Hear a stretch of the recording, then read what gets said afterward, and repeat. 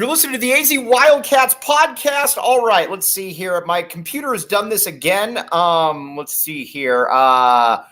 Jacob Franklin, I'm going to probably need you to send me these reads for today. I do apologize. I don't know why this keeps happening on my computer when it freezes, but we'll get to the reads there in just a second. Jacob, I apologize, but if you could text me those, that'd be great. Joined by Brad Allis, I am Mike Luke. Brad, how you doing, buddy? You know, I just got some good news before the broadcast. My parents inbred Yorkie Quinston, who they thought they were going to lose the other night, is back home and feeling great. So shout out to Quinston. Oh, what's the name? Quinston? Quinston, yes. How do you spell this? Q-U-I-N-S-T-O-N. So it's basically Winston, but with a Q and a U instead of a W. I like that, dude. All right, well, we got a lot to get to this show. Again, I like hearing that, Brad. That's good stuff. We're very pooch-friendly around here. All right. Now, let's talk. We're going to go statistical projections for this entire Arizona basketball team, and we're going to go for statistical projections for the Arizona skill guys. So, without further ado, let's start with the up front. Let's start with the peaks. Oumar Ballo. I am going 15-8. With Oumar Ballo right there. I believe the numbers will be somewhat similar, not too far off right there. He's going to be somewhat like all conference. Yeah, I got him. And again, I'm going to even project minutes here. I got him at 27 minutes a game, got him at 15 points, 8 or 9 rebounds. So we're on the same page with that one. Right. And honestly, I don't know how much better Oumar can get. And that's not really a diss towards Oumar, to be honest with you, because he's light years better than I thought he was going to be. I thought he would be kind of a Gene Edgerson type. Nothing wrong with that. But, I mean, he's not a star, but he's also somewhat of an impact player as well. Yeah, I mean, I have him with a modest improvement. I think he was 14-plus last season. And I think that's more of a reflection on the offense as a whole. I think points are going to be distributed around more.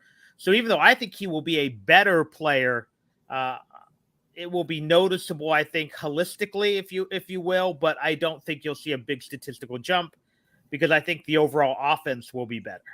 All right, now let's get to BetMGM here first. The great Jacob Franklin, who I was dissing behind the scenes, came through clutch when my computer went away. But BetMGM, all right, here's the deal right here.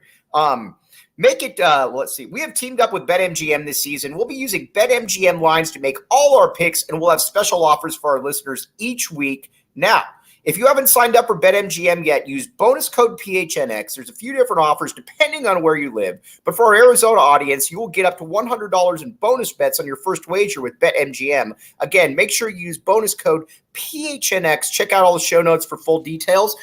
Brad, are you picking the Kansas City Chiefs to win another Super Bowl? I will never pick them, but I wouldn't bet against them either. How does that sound? All right, well, if you want to lay in that gray, murky area, BetMGM is still the best place to go. Now let's hear Shane with the disclaimer. Disclaimer, 21 plus to wager. Visit BetMGM.com for terms and conditions. U.S. promotional offers not available in Washington, D.C., Mississippi, Nevada, New York, and Ontario. Gambling problem? Call 1-800-GAMBLER. Colorado, D.C., Illinois, Indiana, Louisiana, Maryland, Mississippi, New Jersey, Ohio, Pennsylvania, Tennessee, Virginia, West Virginia, Wyoming. Call 877-8-HOPE-NY or text HOPE-NY 467-369, New York. Call 1-800-NEXT-STEP, Arizona. 1-800-522-4700, Kansas, Nevada. 1-800-327-5050, Massachusetts. 1-800-BETS-OFF, Iowa. 1-800-270-7117 for confidential help, Michigan.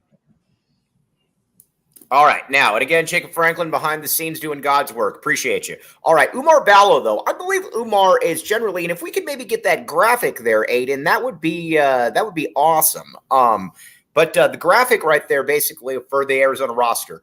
So, Brad, where I'm at with Oumar Ballo is I think that Oumar is generally best probably at about 25 minutes per game. I think with his body type, the way that he's kind of built, I don't know that he's ever going to be built for that 32, 33, 34-minute grind. But I think at about 25 minutes, I think you can get some pretty good results from him like you got last season.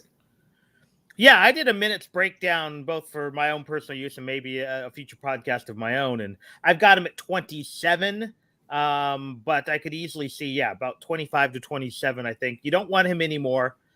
His conditioning is good, but he's just a big, huge man, and it's hard to. Can you just think of somebody built like him here that was actually good? No, not who is actually good. Right. I should. I mean, smaller guys with that build, yeah. Michael Wright had a similar build. Even, frankly, Luke Walton was a big, thick guy. Maybe not quite Umar, but when you think of a guy built like Umar Bala, you're thinking more along the lines of Isaiah Fox when in shape, which was that's what I thought. The Isaiah Fox, guys like a Joe Turner, who was a role player, Gene. Ben Davis is a big, sturdy guy, but he's 6'7", 6'6". Ben also had lean muscle to him, though. Yeah. Ben looked the part more than Umar in that regard, but that's not a diss towards Umar. I love Ben Davis. Ballow's Ballow's a big, strong kid. I mean, it's not a lot of baby fat anymore, but he doesn't. His arms aren't going to have the, shall we say, the peaks that Ben Davis did. By the way, there's a 4 Peaks, and I was remiss in my responsibility because I live right by the U of A. There is a 4 Peaks unloading at Illegal Pete's right there, which is going to be one of our reads. You know what? Watch this. I didn't even mean to do this, but that's what I'm going to do right here. Illegal Pete's. Okay, now. I just saw down there, it is the off season for Arizona students right now, but you know what? There's no off season for Illegal Pete's. Kick off your week with Margarita Mondays at Illegal Pete's, exclusive to all Arizona locations, $3 margs all day, every Monday. Nothing brightens up the Monday mood more than soaking up the sun with a few margaritas. And don't forget about Taco Tuesdays, $2 tacos all day, every day. Enjoy your favorite chicken, pork, veggie tacos for $2. So swing by and start your week off at Illegal Pete's. All right. Rich Carrillo, we're going to disagree on this. I like Ed Stokes very much personally, but Ed Stokes drove me up a wall watching him. I've never seen somebody miss more dunks during his time at the U of A than Ed Stokes. I am more fond of Ed Stokes than many. I am going to say I think Ed Stokes' ability to box out padded Chris Mills' rebounding numbers. But there were other times where Ed Stokes was maddening. But I think he's a better player than people give him credit for. Problem is, when you looked at him walk in the building, you were thinking 20 and 10, and that just wasn't Ed. Ed was, I think, at his best about 8 and 7. I mean, he was a decent rebounder for his size. His hands were terrible, though. He had hands like feet. Yes. Right. And that's not good. We disagree on that one, Rich Carrillo. But I think a lot of people call him a bust. He was a serviceable, solid big man for Arizona. For sure. Now, speaking of which, Keshad Johnson. I believe Keshad Johnson from San Diego State, who averaged 7 and 7 at San Diego State. I believe that he is going to be somewhere in the 11 and 8 realm. Somewhere there. I think he's going to be double digits. I see Brad smirking, nodding, getting ready to disagree. Do you have my spreadsheet? That's exactly what I have him at, 11 and 8. Playing 25 minutes a game. Right. And that's kind of where I'm at right there. I think he's going to get a ton of points running the court, finishing. I don't think you're going to have a lot of offense designed for him, but in this offense, you really don't need to have a lot of offense designed for you. No, I think he's going to be a lot of garbage buckets. A lot of transition buckets. I think they will incorporate him in the screen and roll and the pick and roll because he operates very well on that. But yeah, he's not going to be a guy he might be the 5th option, but he will be an option. Let's put it that way. Right. Now, all right, Brad, I'm going to put you on the spot right here. Umar Ballo or Ed Stokes? Oh, Ballo. Thank you, Rich. You're wrong. We got you on that one. Ballo's a significally better player. Ballo's a fringe all-conference player. Stokes wasn't. I mean, yeah. I agree. Yeah. I also think Keshad Johnson, though, defensively, I'm very curious to see what they will do with him from a defensive perspective. I would like to see him be on the all-defensive Pac-12 team. I think that would be a very nice little feather, a very nice addition right there. Yeah, it'd be interesting also to see how much they have him defending the 3 and the 4, depending on other lineups. I've got him personally. I got him logging in. I want to say it's like 20-something minutes at the power forward and a couple minutes here and there at the 3. But I think he's may play less minutes at the 3 with the addition of Love, who I think is actually going to start at the 3. I think they're going to do a 3-guard lineup, and I also with the addition of the second Euro kid, who I think is also going to get some minutes at the 3. All right, well, let's talk about Caleb Love, the lightning rod. I love Caleb Love. I see no reason that he is a lightning rod, but whatever, some other people do. I believe Caleb Love is going to average about 14 points per game, and I think he's going to shoot 44% from the field. KB Thiel, take that right there. I got him at 14 or 15 as well. I have not looked at your spreadsheet, by the way. No. I think technically I have him I will see. I have him at 15. I have the team averaging 85. So everything is based upon them averaging 85. I also don't have anyone outside of the rotation averages down. So, but yeah, I think he's 14 or 15. I think he will sacrifice some shots, but I think his scoring efficiency will go up and he'll, be okay. Yeah. He's going to take some shots we're not going to like, and probably more than we're comfortable with. But I think at the end of the day, he's going to be a very valuable scorer and probably the number one scoring option for Arizona. KB Thiel, it's okay. We do accept your apology. I will actually be down at Tap and Bottle tomorrow. If you want me, I will actually buy you a drink for that right there. So again, check it out. All right. Now, Caleb Love. So again, and I believe Caleb Love will be an all-conference performer as well. I think there's a good chance, depending on how other guys perform. Right. But he'll be in that conversation. Yeah. All right. Now at the 2, here's where it gets fascinating for me. I would start Jaden Bradley. I would bring Pelle Larsson off the bench. My whole thing with Pelle Larsson is I believe that he's going to get starters minutes. I believe the lineup is a little bit more dynamic when you got the 2 ball handlers or the 3-guard lineup. And I like having Pelle being able to be that guy. He can come in for the 4. He can come in for the 3. I look for Jaden Bradley to average about 9.3 to 4 assists per game. Brad Ellis. Yeah, I've got Bradley playing 28 minutes a game. I got him 18 at the off guard and 10 at the point guard. I have him averaging a little more than you. I have him at 11. Okay.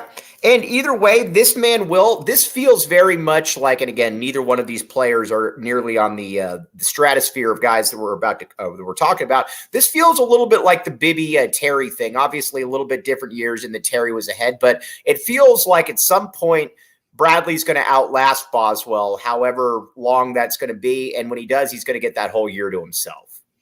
Yeah, to me, in other words, it reminds me a lot of the early Luke teams with where he had 2 combo guards, basically. Right. I mean, if you want to go back to Muehlbach and Othick, either guy could run the point. If you want to go back to Damon and Khalid, even though Khalid was the off guard, Khalid could play point if he needed to. Mm-hmm. Even Kerr McMillan. There were times when Kerr had the hot hand. McMillan was running the offense. Right. So I think this will be a lot like that. And a lot like what Miller and, to a lesser extent, Tommy Lloyd have tried to do the last couple seasons. Right. And that is you legitimately will have 2 point guards on or point forward. Again, even though Larsson's not the greatest ball handler, he does see the floor pretty well. Mm-hmm. I think you will see that kind of combination going on. I don't anticipate Conrad Martinez being in that mix, but he's that type of player as well. Derek Pivko says, I could see Bradley being our 6th man. I think that's a very legitimate possibility as well. I do believe, though, that 4 positions are set in stone as starters. Love is starting, Boswell starting, Johnson starting, and Ballows starting. And I believe that it'll either be Bradley or Pelle Larsson there, William. Yeah, I think Pelle comes off the bench and plays both the 3 and the 2. Right. Okay. We're going to get to Pelle Larsson there in a second. Kylan Boswell. Boswell's going to have outlandish expectations. Like you go on some of the message boards and you see people are saying that, he's going to average 20 points and 5 assists. Brad, been doing this a while, not nearly as long as you, but off the top of my head, I could think of 2 players in U of A history and actually a third his junior year, but that put up those numbers at the point guard spot. That was Mike Bibby, not Mike Bibby. It was Damon Stoudemire, it was Jason Terry, and it was junior year Jason Gardner. Those are the only 3. That is very rare company to be in right there, especially as a sophomore. What was that scoring total again? I missed that. 20 points, 5 assists. Okay. Yeah. I mean, that's a really high barrier right there. You got a lot of expectations on a kid at that point. I don't have him anywhere near that. I'll be honest. I have him at 14 and 5.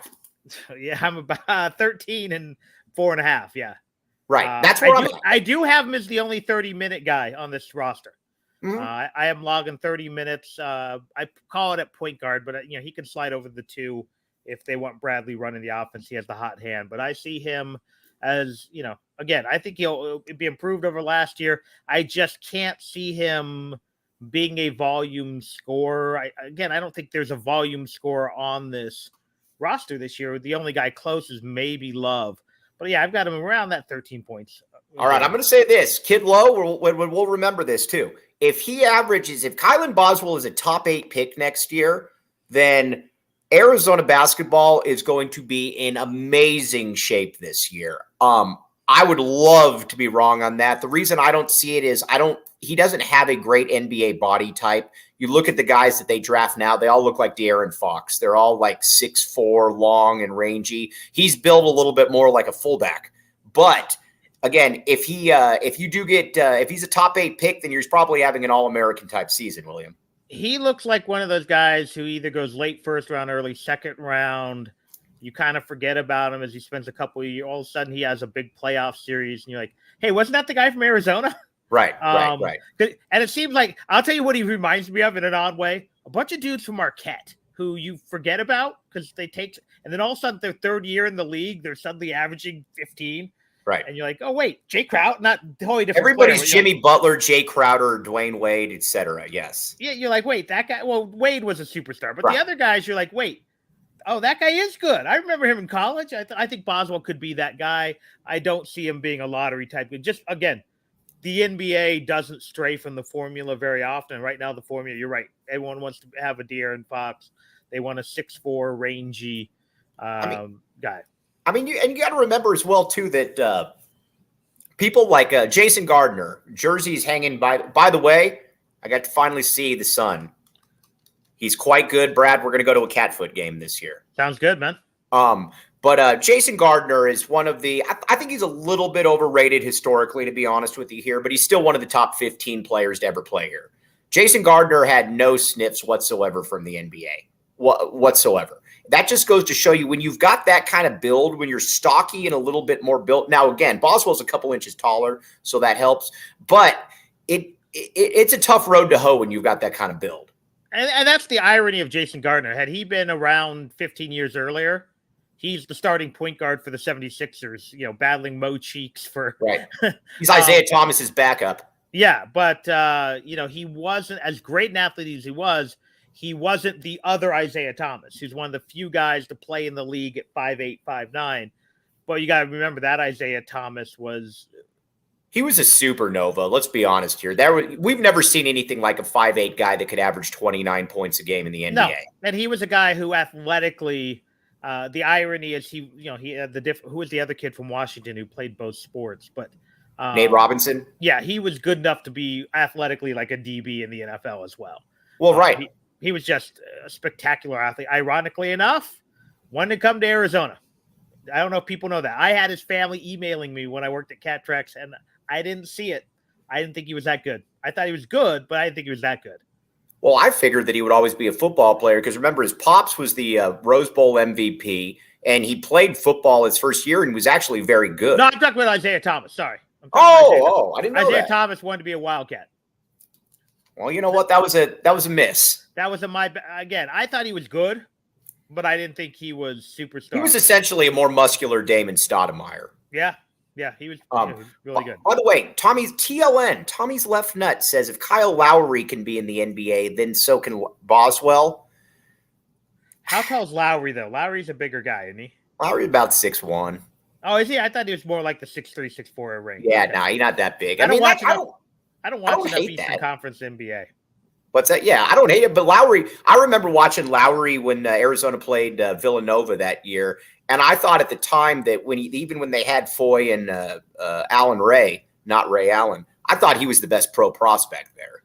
He was really good in college, yeah. Doesn't surprise me he was standout in the NBA. We do believe Kylan Boswell is I believe the Kylan Boswell will be an all-conference performer this year. What say you, Brad Ellis? I could see it. Got it. Brad, we're putting it down. You have the ability to change this later on. Okay. So are you saying yes or no? Yeah, I can see it. I can see him. Yeah, I'm not going to say absolutely, but yeah, I think if Arizona's as good as I think they are, the starting point guard for Arizona who's scoring 14 points a game is going to be an all-conference player. Yeah. All right. I would agree with that. By the way, let me tell you about the Four Peaks. Speaking of which, I just literally saw the Four Peaks out there. Four Peaks. And here's the deal. Hold on just a second here. With Four Peaks, They have and again, I'm having some technological issues here. That's why I need Jacob Franklin by my side at all times. All right, 4 peaks. Now, you watch the U of A big man, you think to yourself, these guys are good, they're big, and you're thinking of 4 Peaks, the official brew of PHNX Sports. That's good, they're big as well. Check out 4 Peaks Brew or 4 Peaks Pub. To keep up with the latest on Arizona's homegrown brewery, must be 21 years or older to drink 4 Peaks. Please drink responsibly. Again, 4 Peaks, the official brew of PHNX Sports right there. Also, with Kyle Lowry, we also got to remember, though, too, that Lowry became a multiple-time All-Star. Lowry was the second best player on a championship team. So certainly right in there. He was a baller. So, I guess I'm going to keep that in. I'm going to keep that in mind right there, though, Kidlow. Guys, that is an interesting comparison. But Brad Alice, you're also going to Kylan Boswell all conference. A guy to keep an eye on. I'm curious to see the career progression between Dylan Andrews and Kylan Boswell. Dylan Andrews is going to be the sophomore starting point guard at UCLA.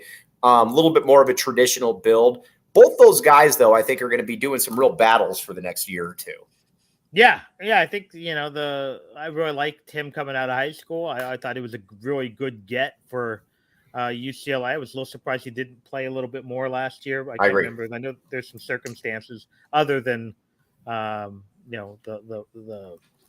Tiger. But other than having Tiger Campbell in front of him. Yeah, but I'd be interested because I think it's an interesting battle. Yeah, for sure.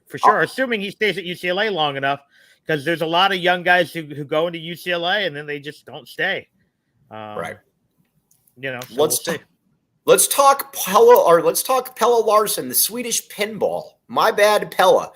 I'm going 12 points, 4 rebounds, 4 assists. Plays very good defense, and I'm going to say that he's going to be on the all-conference defensive team there, William. I've got him with almost the same numbers as last year. I got him about 10. I think his role, again, I think he loses some minutes because of the other pieces. I think his versatility is important. I mean, I still think he's playing. What do I have him at? 20-something minutes. I've got him at 28 minutes a game. Right, tied for second most on the team. But I have him coming off the bench. Yeah, I had him at about 10-4, 10-4-3, 10-4-4. You could theoretically have a Pelle Larsson come back another year as well and be a 25-year-old Pelle Larsson on the U of A basketball team. Speaking of which, Jordan Brown's in the transfer portal. I saw that. I don't know how this would be his 7th year, correct?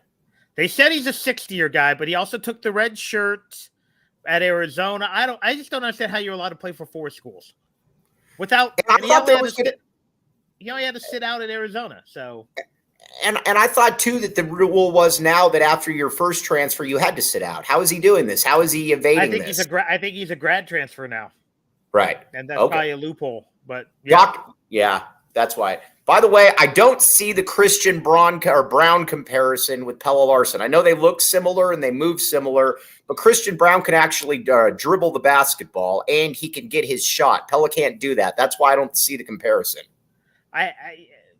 There is always that, and I've been guilty of it too.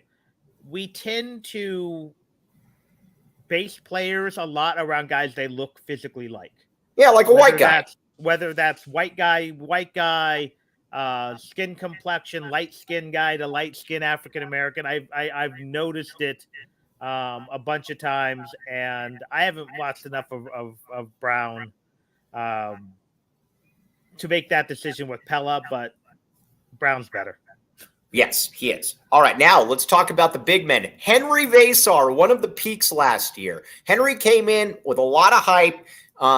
You could see that he's got potential. He obviously started to lose his confidence as the season went on. I look for a bounce back, though, year from Henri. I think Henry's going to average 7 points, 4 rebounds, and a block and a half. I've got him less. And mainly the reason I have him less is I'm running out of points. True. We can't have 195 points on the team. I've got Arizona averaging 85, which is a little bit more than the last 2 years. I've got Veesaar being the first drop off in minutes, but still playing more than most. I've got him at 16 minutes a game. I got him at about 4 points, 4 rebounds. How many blocks? Does he lead the team in blocks? I depends how much Krivas plays, because I think Krivas has the potential to be the better shot blocker. But assuming I've got the minutes the way I have them, yes, I think Veesaar will lead the team in blocks. All right, I'm going to put this out here right now, and I'll tell everybody I would like to see Dylan Anderson redshirt this year. I think personally, and Tommy Lloyd did a great job, obviously, but I think that Tommy Lloyd, if you're not going to play kids like they weren't good, like they didn't play him last year, I believe you should probably redshirt him. It doesn't do anything to me to play a kid 3 minutes per game here and there. I think they should have redshirted him. I would like to see him redshirt this year with the logjam. Honestly, I'd like to see, unless he's playing too, Fili B. I have them both outside the rotation. So I just don't see minutes for either guy with the other guys coming in. My difference, though, is this, and I would love to be wrong. I will start the My Bad Fili B hashtag movement. Fili B to me is very much the player that is going to be here, but I don't see Fili B ever playing here. I don't know that you redshirt guys like that you don't necessarily see playing. Maybe Tommy Gunn disagrees with me. I would, though. I do think that Dylan Anderson has a role, and I do think Dylan Anderson can play. That's why I don't want to lose the gear there, Brett Alice. Yeah, I mean, I think Anderson has more upside from what I've seen. I haven't seen enough of either guy, but, we'll see. Did you see, by the way, did you see Dylan Anderson's video that went out on Twitter where he's hitting step-back threes left and right? I did. I saw him putting up some decent, not great, but decent weight room numbers as well. All right, real quick, who's better, Fili B or David Bagga? I don't know, because I haven't seen enough from Fili B. What's your gut tell you? I always felt bad for David Bagga in a weird way, and any walk-on at Arizona. Bagga could have played at some lower D1 schools. He, in essence, was one of the 200 best players on the West Coast in college that year when he played here, and he's a punchline. He was good. He's literally one of the 15 best players in the city of Tucson. But and a lot of guys are that way. I mean, go down your list of walk-ons. There's always where you're literally just this far away from being a D1 basketball player, high D1. Right. But everyone just cheers for you because they think you're the fun little story. Like David Bagga was a good basketball. Was he great? No. But there was a difference between David Bagga and Anas Fila. Yes. Again, there are other guys like that. And some get, Jason Rainey, another great example. Jason Rainey probably could have transferred and gotten a scholarship at Tulsa, his hometown. And everyone's like, oh, cute story, Jason Rainey. No, Jason Rainey was a good basketball player. And if you were to go out and play pickup basketball with David Bagga, he would work us all. Right. Maybe not anymore. Sure. I don't know what he's doing because I think he just is rolling around in money from being like an investment banker or something weird like that. But yeah. Kevin Cortez says Boswell can't shoot. I don't know how you say that. He shot like 45% from three the second half of the season. That is not something I worry about. No, that's not. Yeah. No. I don't worry about that at all. And again, if you can come with something there, we will gladly listen to you. The best walk-ons in school history, just off the top of my head. Brett Bielmeyer. Brett Bielmeyer for sure is at the top of that. The patron saint. Jason Lee. Yeah. I'll tell you a guy, the guy named Jason Rainey. Played, for sure. Ended up transferring to San Diego State, led them in scoring as a senior. No, Jason Ritchie is absolutely. Jason Ritchie, yeah. Jason Ritchie is absolutely the best walk-on in school history. Most talented, yes. Where was he from, by the way? Obviously carved out a really nice career, So where was he from? Who? Jason Ritchie? Mm-hmm. Omaha, Nebraska, I believe. Yes, sir. Good job. That's why we love. I was a huge Jason Ritchie. I adopted him as my guy. I believe that Jason Ritchie could have played at Arizona in a different element right there. All right, now just had a log jam there. Motiejus Krivas, your guy. You're big on Motiejus Krivas. I don't see a ton of minutes for him right there. 5 a game. But what do you got? I got 5 minutes a game, 2 points, a rebound or 2. Oh well, Brad, you're not that big on him. Long term, I honestly, it comes more to a log jam of minutes. Right. Who's he going to leapfrog? Right, for sure. I agree with that. I'm in the same boat. I don't see him playing a ton either. I do think Murauskas is going to play more, mainly because I think he's got a little bit more position flexibility. I'm with you. Exactly what it is with him. Again, I think Krivas has a higher floor and a lower ceiling. Right. But I think Krivas, again, if Veesaar wilters or wilts, then I think Krivas can play. I like his build. I like his shot blocking. No, hey, Arshem, I have it at 85 points per game. I have it at 86, Arshem. We've done our math around here. Yeah. So yes. So he knows. We got it. We are idiots, but on this one, I think we're actually right. We're not putting 119 points per game. No, I got 85. Fili B, I don't see Fili B playing. Again, I would love to be wrong. I like Fili B a great deal. I don't see him playing. I've got him at 0 minutes per game in a normal game and 0 point. Yes, he'll end up averaging 1.8 or 2, but those will be in mop-up minutes. He'll play 15 games. Conrad Martinez, are you prepared to go out there and say that Conrad Martinez will average 20 minutes per game? I have Conrad Martinez in the same exact role. No substantial minutes during, let's just say, league games. Right. By the time you get to league play, rotational, he's out of the rotation. I have an 8.5-man rotation with Krivas. With Krivas, well, I actually have Lewis averaging about 3 or 4 as well, but Krivas and Lewis playing about 8 minutes a game as one or the other is the 8.5 man. Do you like the all right, now we're both in agreement that this is going to be a better team than last year's team, even though they might not be a 2 seed, but I would take this year's team head up against last year's team, Brett Ellis. Yes. All right. I agree. There we go. We got. By the way, Tap and Bottle. Everybody out there, I will be getting some beers at Tap and Bottle tomorrow. If you want to come buy me a drink or see what I look like in person, if you don't believe I really look like this, I will be at Tap and Bottle downtown. Scott and Rebecca, great job. As always, the great William Brad Alice has been down there multiple times, as has Tyler Alice as well. I'm not lying. No, he's been there. He was bored out of his mind.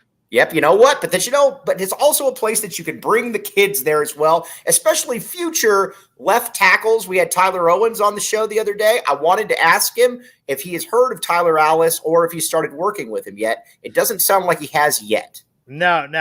Tyler will be attending the Jedd Fisch football camp for middle schoolers, though, at the end of the month, and I'll give you a full report. And Rich Carrillo, you'll see plenty on Facebook, I'm sure. By the way, how good is now we're going to move over to football here. Well, hey, I still got one more. I got Murauskas averaging 4. Yeah, I got Murauskas at 11 minutes per game, averaging 4 points, 2 rebounds, 1 assist. You were looking at my spreadsheet. Yeah. Believe it or not, I'm not, but I could be. We didn't differ much. I think we're on the same page. So, Brad, I need to ask you a football recruiting question. Then we're going to get to the T-Macs of the world and talk about what they need to do. But how good is Desmond Roebuck? I haven't seen him since he was a little kid. Mm-hmm. I know the family. I do too. It's a wildly athletic family. Sean's one of the best athletes to come through Marana. Yeah. Ironically enough, best friends with the Borghese. Mm-hmm. In fact, I believe there's an in-law situation there. Mm-hmm. I want to say Sean might be married to. I think that could be. Don't quote me, but I think you're right. Yeah, but so basically in Marana, and there are several athletic families over the years, including the Honies. Obviously, the Robinsons, the Roebucks. Later, it became the Borghese and the Wengerts and the LaLusa families. At one point, there was a LaLusa in every grade. It was a Polynesian LDS family at every grade and every sport. It was crazy.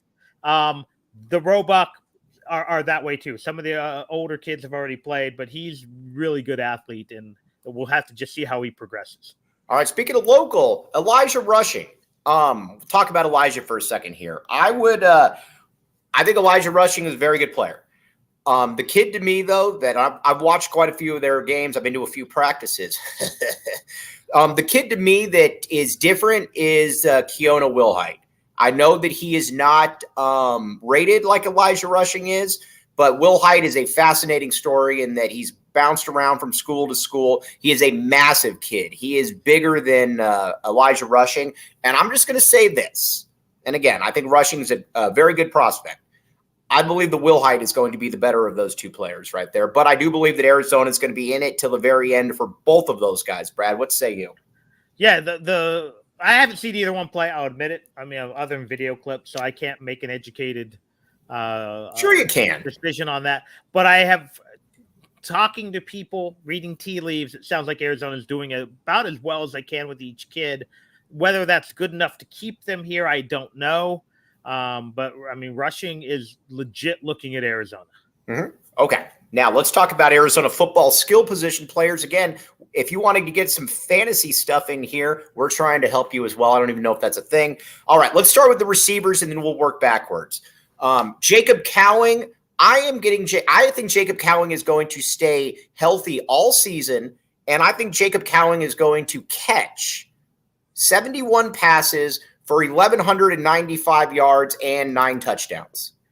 I didn't do that full of stats. I broke it down with yardage. I put him at 1,100 yards.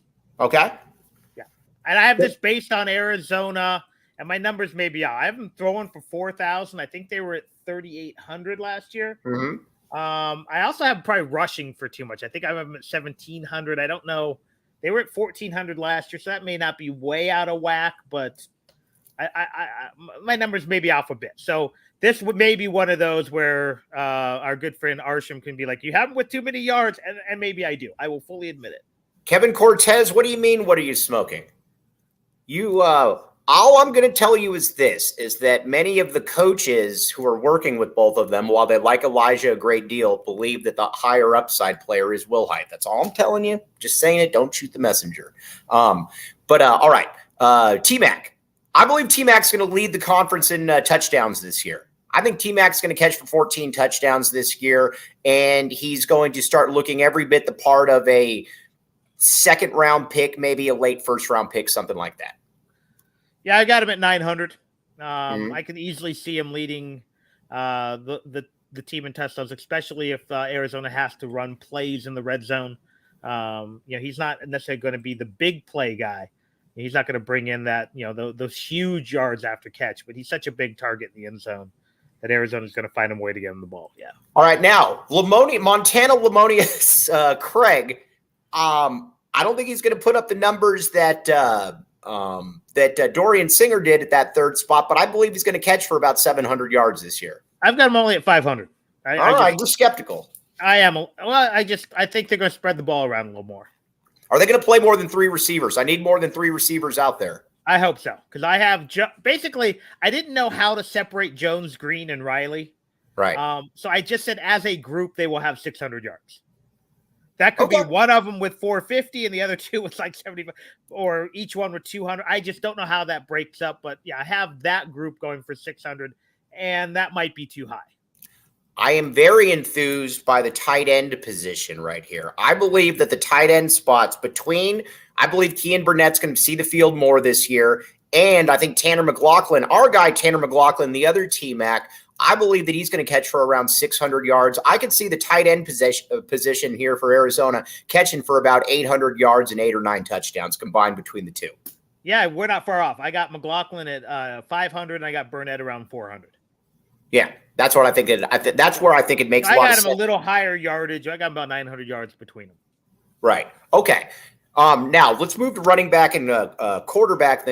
But running back, it's going to be a little bit interesting here. I think that Michael Wiley's the lead dog, no doubt about it. I think Michael Wiley goes for about 900 to 1,000 yards, catches for about 300 to 400, probably has about 10 total touchdowns, and is in that conversation for being second team all-conference honorable mention.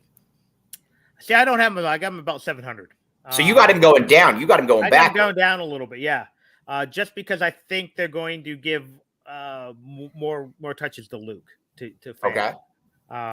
So I have him down just a little bit. Yeah. Let's talk about Fam. Speedy Luke. Let's talk about Fam. What do you expect out of Fam this year?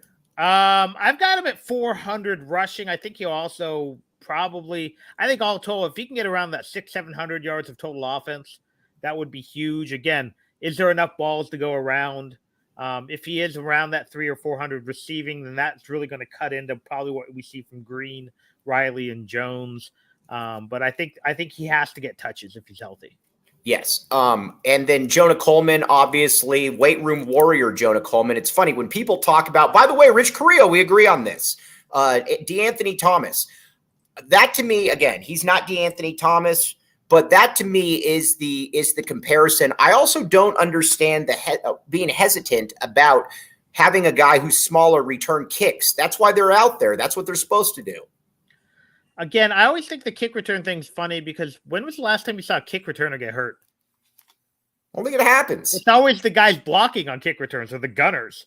Right. Just like I always, one of my big pet peeves is just because a guy is short, he's more susceptible to injury. Brad, you act like you're saying that from a personal experience. If you were short and thick, why are you more prone to injury than someone who's tall and thin?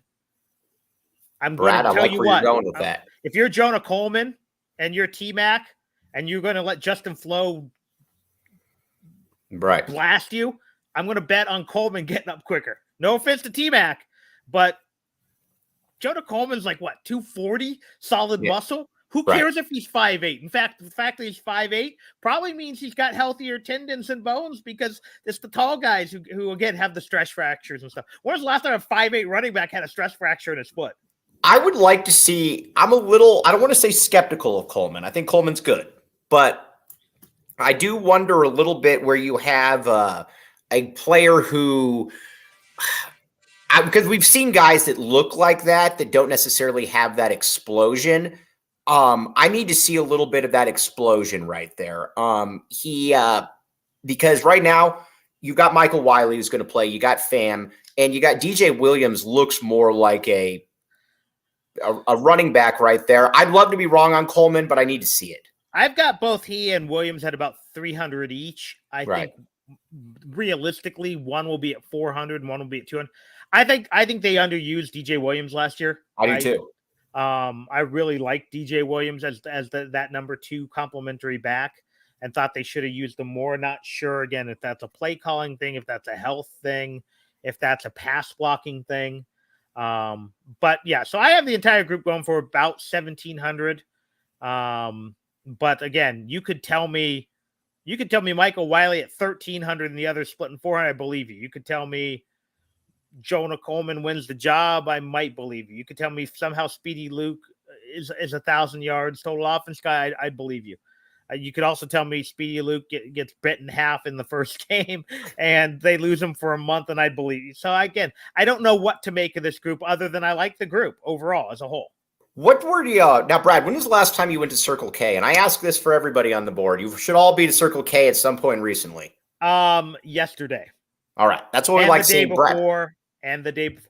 We go every day on the way to baseball practice. And when you pump gas there's PHNX advertisements there when you pump gas, and it's people actually talking about PHNX. It's crazy. I haven't actually had to fill up in about a week and a half. So you need to fill up because you'll see it then. It's at most of them. Now, is your face on there? What's that? My face is not on there. I guess they wanted to go with better-looking people. Yes, I'm going to tell you, maybe that's what they were going for right there. And it went the meme guy who's also the quarterback for the Buffalo Bills? Yes, I was going to say yes. Now, you might say to yourself then, Mike, Circle K, what can I do to get at Circle K? You can get everything at Circle K. Check it out, Polar Pops. Make sure you're not missing out on all the great stuff. Right now, text PHNX to 31310 to join their SMS subscriber club and get a buy one, get one free on a 32-ounce Polar Pop. Head to CircleK.com/store locator to find a Circle K near you. Now, for the Alice family, it's a Gatorade, a pure protein bar, and a water before baseball practice. Now, you live around Grant and Oracle, correct? No, Ruth Rock and Latoya.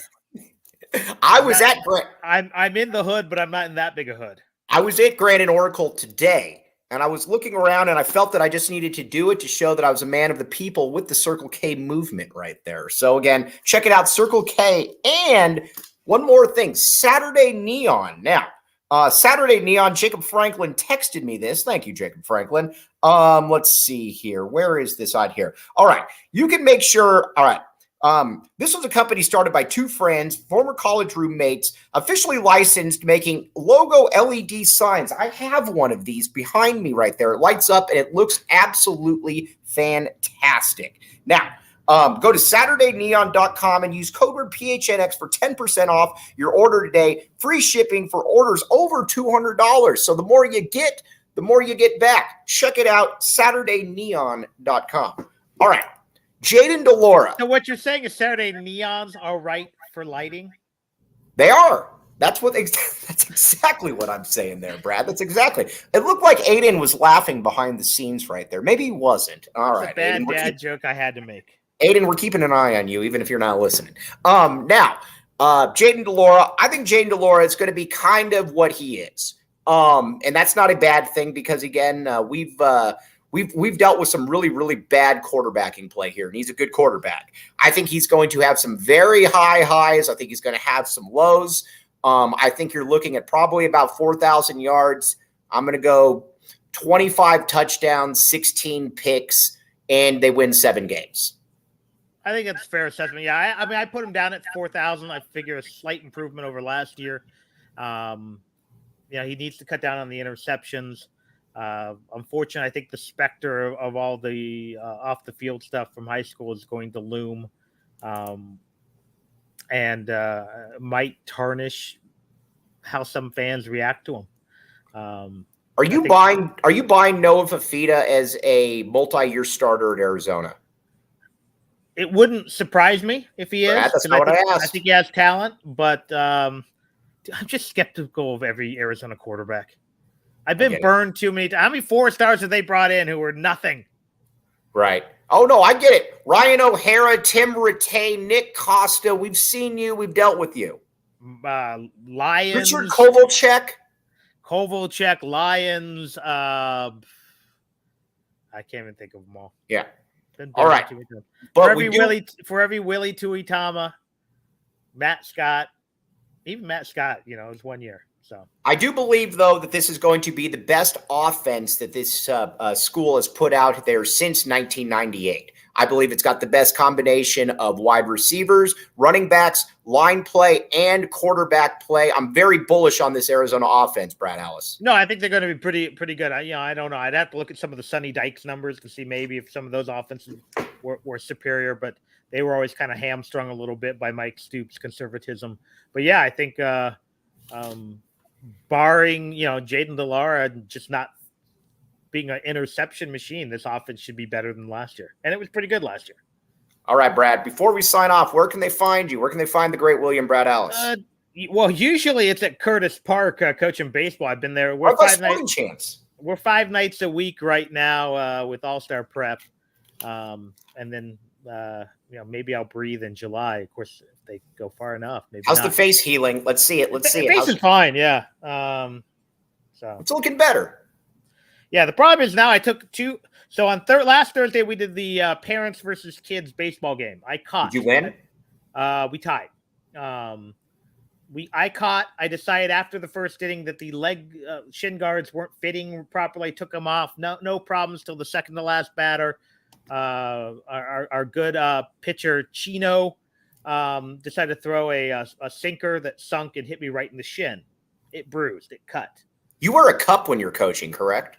I do when I'm catching, yes. I don't when I'm coaching, but I do when I'm catching. Gotcha. Fast forward to Monday night's practice, and Carlos Gallego, our crafty left-handed hitter, hits a smash right up the middle. I'm playing center field. It takes a hop off the ball, hits me in the exact same shin. So my shin is reddish purple, and now it's swollen, and suddenly the bruise is drifting to the foot, and it's oozing stuff. So I might be dead by Monday. But just know that it was a line drive to the shin that killed me. Kobe Field, keep sending me pictures of Brad that I can send to him at Curtis Park right there. We like that. By the way, 5 of a kind media, anywhere on Elijah Rushing. We talked about it. Arizona's doing well with him. They're going to be in the mix till the very, very end. All right, Brad. So are you going to have a podcast this week?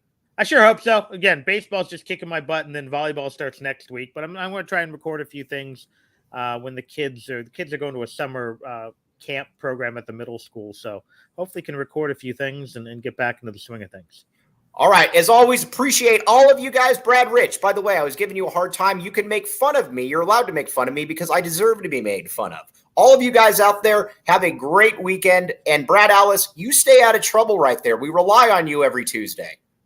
Well, I'll try not to lose the leg or die. Or I got a hockey doubleheader this weekend, and KB. I think they're out there Mondays and Wednesdays, or Tuesdays and Thursdays. So I guess we got to watch a little bit of Walden Grove and Ironwood Ridge the other day. It was pretty good baseball. By the way, RSM, you can figure this one out. They're a preseason, very highly ranked team that can that basically chokes come the NCAA tournament. You can. That's figure not that a one. clue.